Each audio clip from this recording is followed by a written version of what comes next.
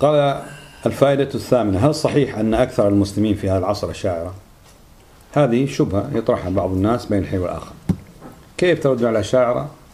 أكثر الأمة أشاعرة، بعضهم يقول 80، بعضهم 90، بعضهم 95% من الأمة أشاعرة.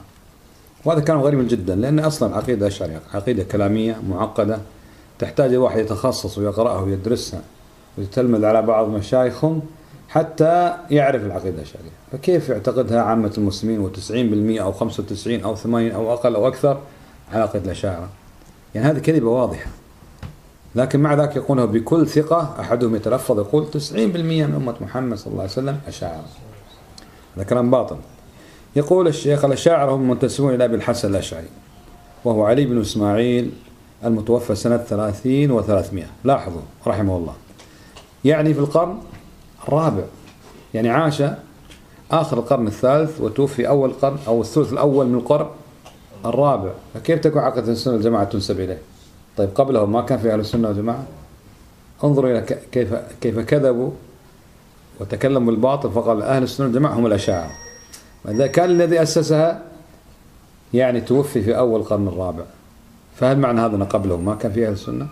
طيب، يقول: وقد مر في العقيدة بثلاث أطوار، اللي هو أبو الحسن الأشعري. أبو الحسن الأشعري غير أبو موسى الأشعري. أبو موسى الأشعري صحابي، هذا أبو الحسن الأشعري اسمه علي بن إسماعيل الأشعري. يقال أنه يعني نسبه يرجع إلى الأشاعرة اللي هم الصحابة اللي هم أتوا من اليمن إلى النبي صلى الله عليه وسلم. طيب، يقول: وقد مر في العقيدة بثلاث أطوار، كان على مذهب المعتزلة، وكان هو يعني زوج أمه تربى عنده كان على مذهب الاعتزال، فهو ربيب لرجل من المعتزلة، فكان معتزليا 40 سنة.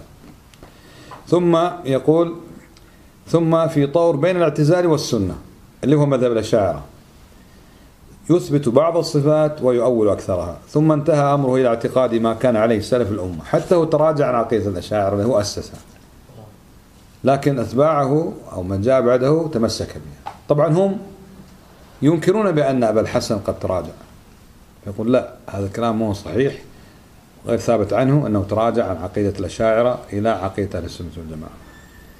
يقول: ثم انتهى أمره إلى اعتقاد ما كان عليه سلف الأمة، إذ أبان عن ذلك في كتابه الإبانة، له كتاب اسمه الإبانة الذي هو من آخر كتبه أو آخرها، فبين أنه في الاعتقاد على ما كان عليه إمام أهل السنة الإمام أحمد بن حنبل رحمه الله وغيره من أئمة السنة، وهو إثبات كل ما أثبته الله لنفسه وأثبته له رسوله صلى الله عليه وسلم من الأسماء والصفات على ما يليق بالله من غير تكييف أو تمثيل ومن غير تحريف أو تأويل. طبعا تحريف أو تأويل معنى واحد، لكن في حقيقته هو تحريف وليس بتأويل، كما قال الله عز وجل: ليس كمثل شيء وهو السميع البصير. فهذه الآية فيها نفي التمثيل وفيها إثبات الصفات، وإثبات الصفات ينافي تعطيل، ينافي النفي. فأهل السنة يقول إثبات الإيمان بكل ما أثبت الله لنفسه بكتابه وأثبته له صلى الله عليه وسلم في سنته، من غير تعطيل، توكيد ليش؟ الإثبات والإيمان، ومن غير تمثيل لأن الله يقول ليس كمثل شيء، ومن غير تحريف لأن التحريف ينافي الإثبات، ينافي الإثبات، ومن غير تكييف، يعني لا نقول الله بالكيفية الفلانية لأن لا نحيط به علما، له كيفية الله عز وجل لكن لا نحيط به علما، فلا يجوز أن نقول الله بالكيفية الفلانية. فمن قال الله بالكيفية الفلانية فقد افترى على الله، لأنه تكلم عن الله بغير علم. الله يقول: ولا تقف ما ليس لك به علم إن السمع والبصر والفؤاد كل أولئك كان عنه مسؤولا. ويقول الله عز وجل: قل إنما حرم ربي الفواحش ما ظهر منها وما بطن والإثم والبغي بغير الحق وأن تشركوا بالله ما لم ينزل به سلطانه وأن تقولوا على الله ما لا تعلمون. هذا حرمه الله عز وجل. وبين الله عز بأن القول عليه بغير علم إنما هو من الشيطان، كما قال جل وعلا: إنه لكم عدو مبين إنما يأمركم بالسوء والفحشاء وأن تقولوا على الله ما لا تعلمون. هذا من أمر الشيطان. فالذي يقول الله بالكيفية الفلانية وهو لا يحيط به علما فقد افترى على الله سبحانه وتعالى.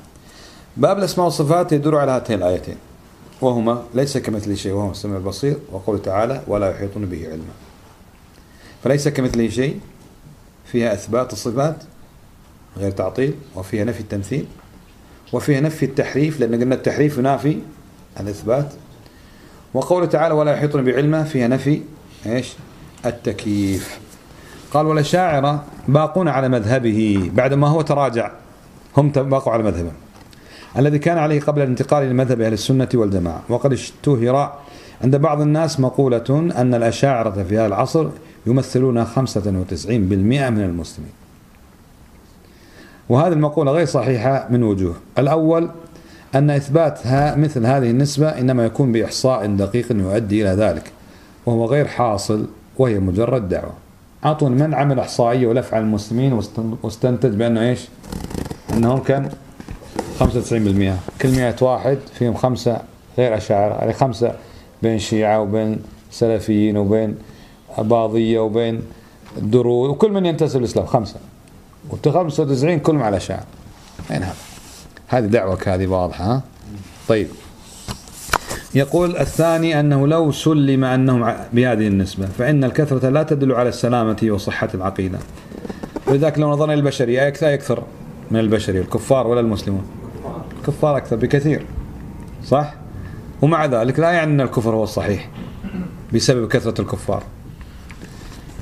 يقول بل السلامة وصحة المعتقد إنما تحصل باتباع ما كان عليه سلف هذه الأمة من الصحابة ومن سار على منهج نهجهم، وليست باتباع معتقد توفي صاحبه في القرن الرابع وقد راجع عنه. وليس من المعقول أن يحجب حق عن الصحابة والتابعين واتباعهم ثم يكون في اتباع اعتقاد حصلت ولادته بعد أزمانهم. هل يعقل هذا؟ أن يكون الحق أتى في القرن الرابع أو آخر القرن الثالث، وأنه فات الصحابة الخلفاء المهاجرون الأنصار أئمة الإسلام أئمة الحديث والفقه كلهم ما عرفوا عقيدة الأشاعرة، حتى خلق إنسان وقال أبو حسن الأشعري فطلع عقيدة الأشاعرة وصارت هي الحق. أين الرسول صلى الله عليه وسلم؟ ما كان الرسول أشعريا. فمثل قول هؤلاء كمثل من يقول عن إبراهيم عليه السلام أنه كان يهوديا أو نصرانيا، مع أنه تاريخيا قبل موسى وعيسى عليه السلام ولا بعدهما؟ قبلهما، هو أول الأنبياء. فرب العالمين يقول وما أنزل التوراة والإنجيل إلا من بعده أفلا تعقلون. كيف يكون يهودي أو نصراني؟ وأصلا التوراة اليهودية ونصرانية ديانات هذه أتت بعد إبراهيم عليه السلام، وهكذا يقال في حق هؤلاء. كيف يكون السابق تابع للاحق؟ لا يمكن. ها؟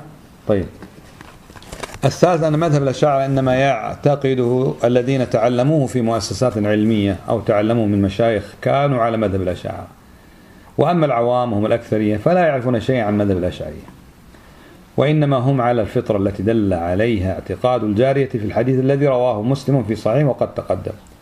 والعقيدة المطابقة للفطرة هي عقيدة أهل السنة والجماعة، وقد مر إيضاح ذلك قريبا في الفائدة الثالثة.